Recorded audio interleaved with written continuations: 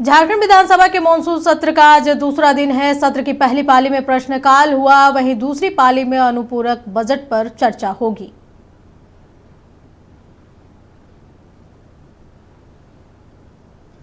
चलिए तो सीधे लिए चलते हैं विधानसभा, जहां के हमारे सहयोगी नवीन हमारे साथ जुड़े हुए हैं। नवीन, जिस तरीके से लगातार विपक्ष हमलावर दिखी, क्या लग रहा है कि सदन की कार्यवाही आगे भी जारी रहेगी? देखिए अंजना, सदन की कार्यवाही शुरू होने के साथ ही खत्म हो गई।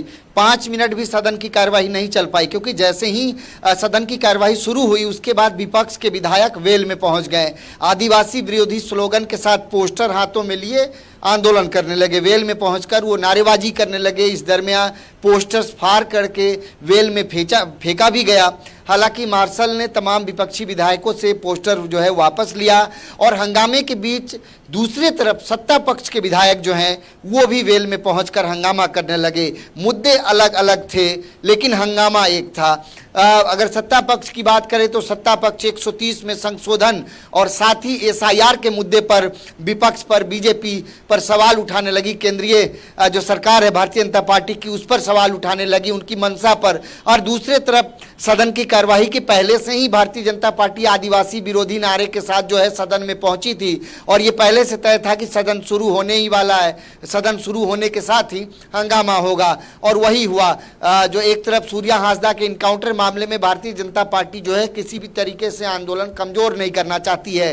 बेशक इस पर सीआईडी जांच के आदेश हो गए हैं, सीआईडी ने केस टेक ओवर कर लिया है, लेकिन बीजेपी के विधायकों का ये मानना है, बीजेपी का ये मानना है कि इस मामले में सीबीआई जांच होनी चाहिए। और यही आदिवासी विरोधी नारे के साथ जो है कहीं ना कहीं सदन को अवरोध किया गया। लगातार विधानसभा अध्यक्ष की तरफ से विपक्ष के लोगों को, सत्ता पक्ष के लोगों को भी ये कहा गया कि वो आसन ग्रहण करें, लेकिन लगातार विपक्ष जो है वो विरोध करता गया और सत्ता पक्ष के लोग भी जो हैं हंगामे करने लगे।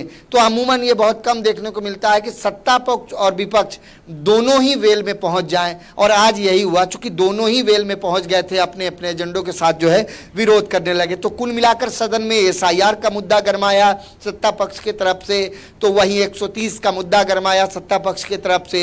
विपक्ष आदिवासी मुद्दों को लेकर सदन में थी। रिम्स 2 में जमीन अधिग्रहण जो हुआ है वो गलत हुआ है, आदिवासी हितों के खिलाफ है ये सरकार। इन मुद्दों के साथ, सूर्या हांसदा के मसलों के साथ जो है सदन की कार्यवाही को कहीं ना कहीं 12:30 बजे तक के लिए स्थगित कर दिया गया। अब देखना महत्वपूर्ण होगा सदन की दूसरी पाली में, यानी भोजनावकाश के बाद जब सदन की कार्यवाही शुरू होगी उस वक्त 2 बिजनेस है, 2 विधायी कार्य हैं। एक तो जो सप्लीमेंट्री बजट है उसको पास कराना है, उस पर वाद विवाद, और उसके बाद कटौती प्रस्ताव के बाद उसको सदन से पास कराना, और एक विधेयक है वित्त जो है झारखंड वित्त विधेयक 2025, इसे भी जो है पास कराना है। तो कुल मिलाकर के सत्ता पक्ष के पास अंक तो है ही और संख्या बल है ही। तो मुझे लगता है कि सेकेंड हाफ में बीजेपी के विधायक शायद वॉकआउट कर जाएं और इस बीच ये जो 2 बिजनेस है उसे जरूर पास करा लिया जाएगा। एक तो सप्लीमेंट्री बजट और दूसरा जो हम लोग जिक्र कर रहे हैं वित्त विधेयक 2025, उसको भी पास करा लिया जाएगा। लेकिन नवीन, जिस तरीके से 2 महत्वपूर्ण विधेयक बता रहे हैं उसको पास कराना है, और उसमें अगर विपक्ष नहीं रहती है और उसको पास करा भी लिया जाता है, लेकिन बाकी के जो जनता के मुद्दे हैं उस पर चर्चा कौन करेगा? विपक्ष जिस तरीके से सरकार को घेर रही है तो उनके जो सवाल है उसका जवाब सरकार को देना चाहिए।